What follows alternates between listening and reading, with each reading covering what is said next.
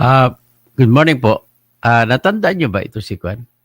Si Attorney Virgil Garcia na siyang nagsampa ng iba pang kaso laban kay Erwin Tulfo. Pero ang kinasuhan niya, pwede pa-disqualify niya si Erwin Tulfo, si Ben Tulfo, si Ralph Tulfo na anak ni Rafi, si Jocelyn Pua Tulfo na asawa ni Rafi, at saka si Wanda Tulfo Teo na tumatakbo sa Turismo Party List. So, nagsampa siya ng disqualification. Ang allegation na number one is political dynasty, which is, naniwala naman ako kasi kapatid tsaka pamangkin. Di ba? Ang kapatid dyan si Ben Tulfo, si Wanda Tulfo Teo, si Rapi Tulfo. Tapos, ang asawa ni Rapi Tulfo, parang kapatid niya na rin. Siyempre, hipag niya. At ang anak ni Rapi Tulfo, parang kapatid niya na kasi pamangkin niya, pamangkin buo. So, binasura po yun ng second division noon. Nang pagbasura ng second division ay sinasabi nila na ang rason nila ay yung certificate of candidacy na ebidensya na sinumiti ay walang authentication, wala siyang kinabit na COC o certificate of candidacy ng mga kandidato. So, nung binasura, nag-apila si Attorney Virgil Garcia sa Comelec Inbank sa pamamagitan ng pagsampa ng motion for reconsideration.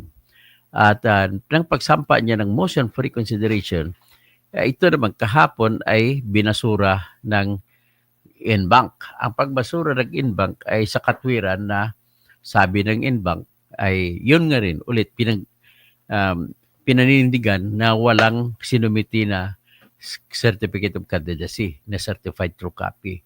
Ang argumento naman doon narinig ko si Attorney Virgil Garcia na sa pag-argumento niya. Sinasabi niya, binabanggit ko lang at sinabi ko lang doon na hawak nyo ang mga COC. Kaya sila ang Comelec may obligasyon na magpapakita ng COC at hindi na niya kailangan.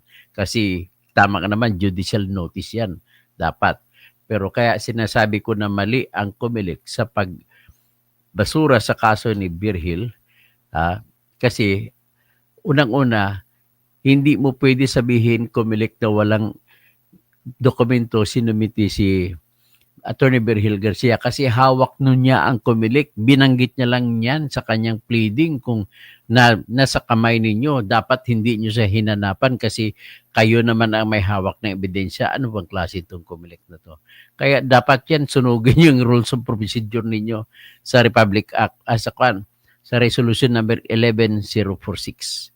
Dapat sunugin yan kasi nasa hawak na ninyo ang mga dokumento na COC. Kaya judicial notice at ang utos pa naman sa rules of court, yung judicial notices ay judicial notice yan. Hindi mo na kailangan ipatunayan kasi judicial notice.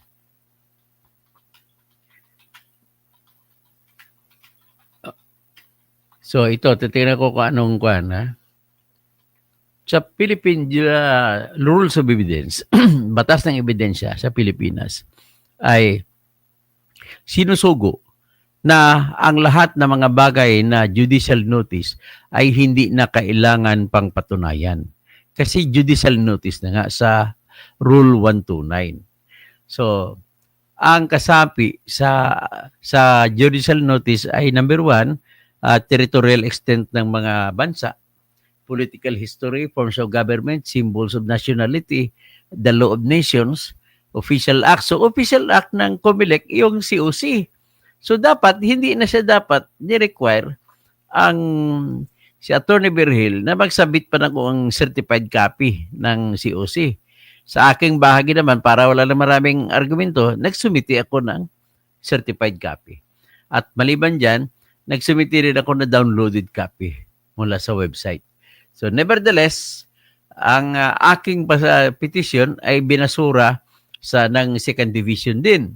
Sa aking side naman ay nag-file pa ako ng motion for reconsideration at ang dami ko nakita din na argumento. Anyway, Pakinggan natin ito, yung si kay Attorney Berhil ay binasura, nag-apila siya sa Inbank, binasura ulit.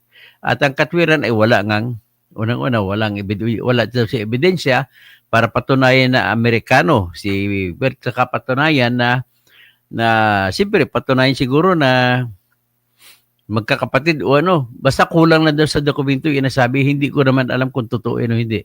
Pero pakinggan natin po si Atty. Berhel sa kanyang mga hinaing.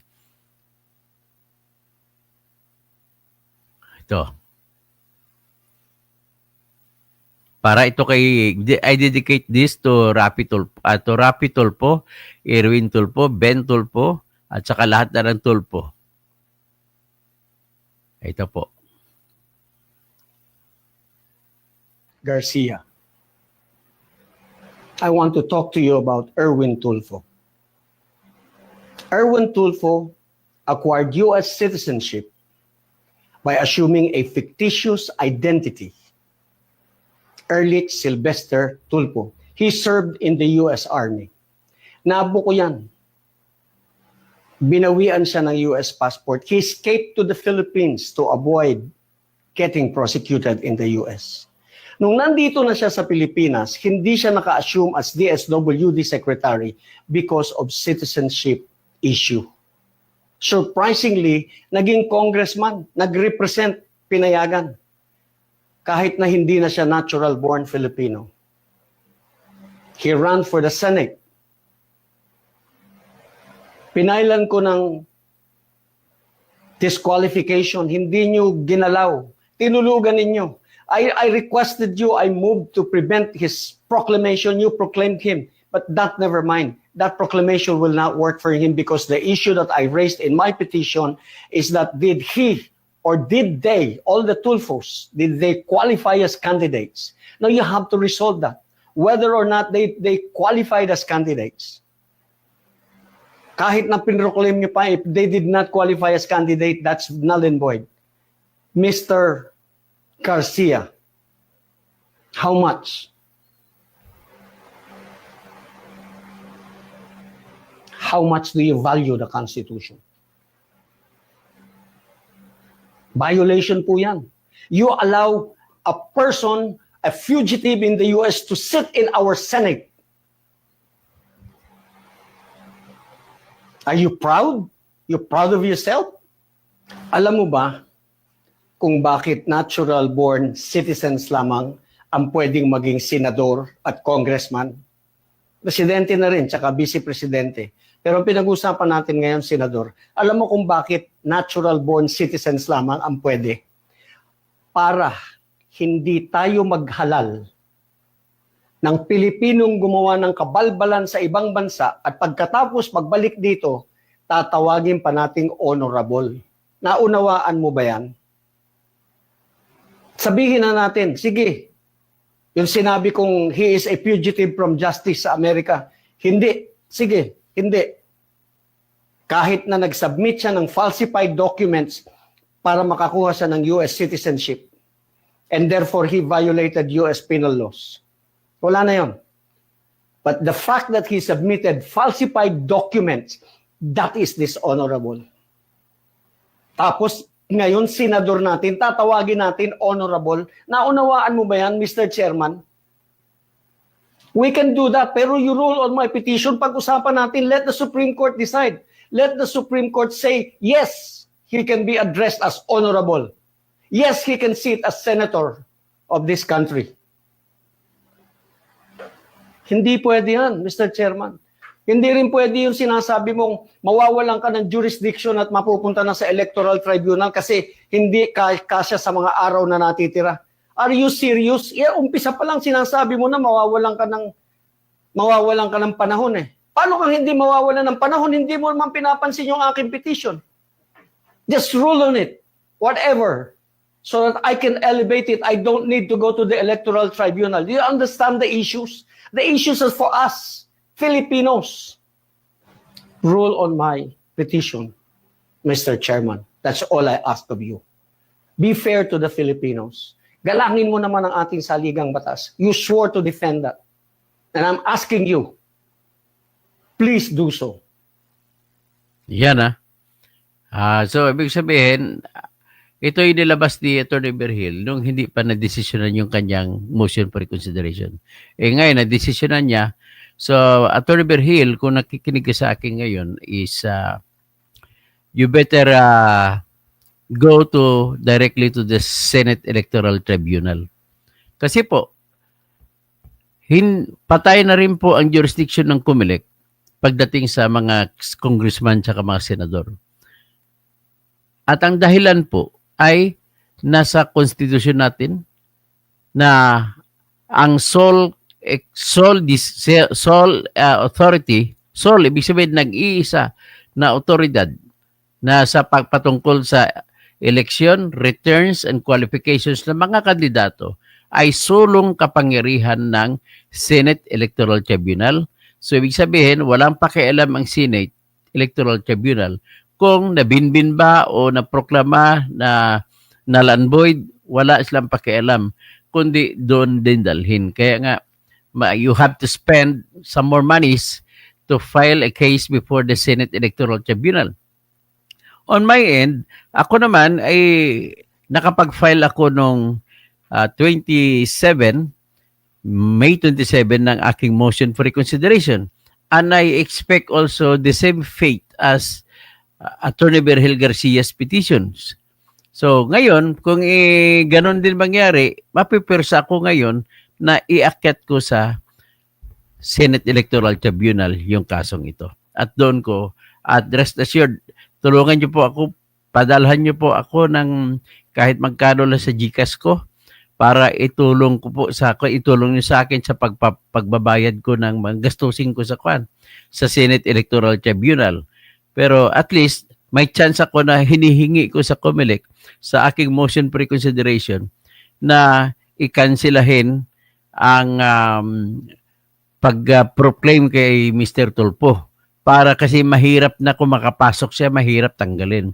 Mas maganda yung tanggalin, resolbahin mo na petition ko at tanggalin mo na yung cancellation i-cancel mo na yung proclamation ni Erwin Tulfo. So, ilan pong aking pakiusap at tulungan niyo po ako sa pagdadasal na sana ang Diyos tulungan tayo mabago yung utak ng mga nila ni Erwin Garcia, mga utak ng mga COMELEC ay hindi sila papanig sa mga kabulastugan.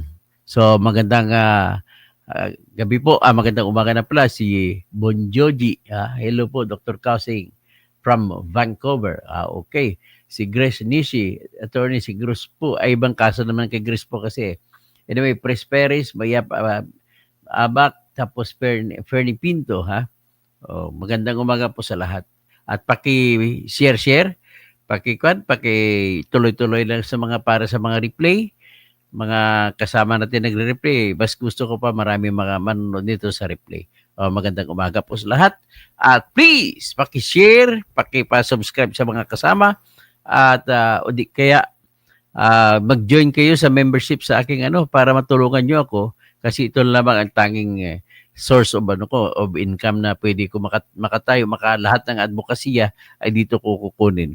So, Moreno Hebero Jr., good morning. Good morning, sir. Okay, hanggang dyan lang muna tayo po at thank you sa lahat.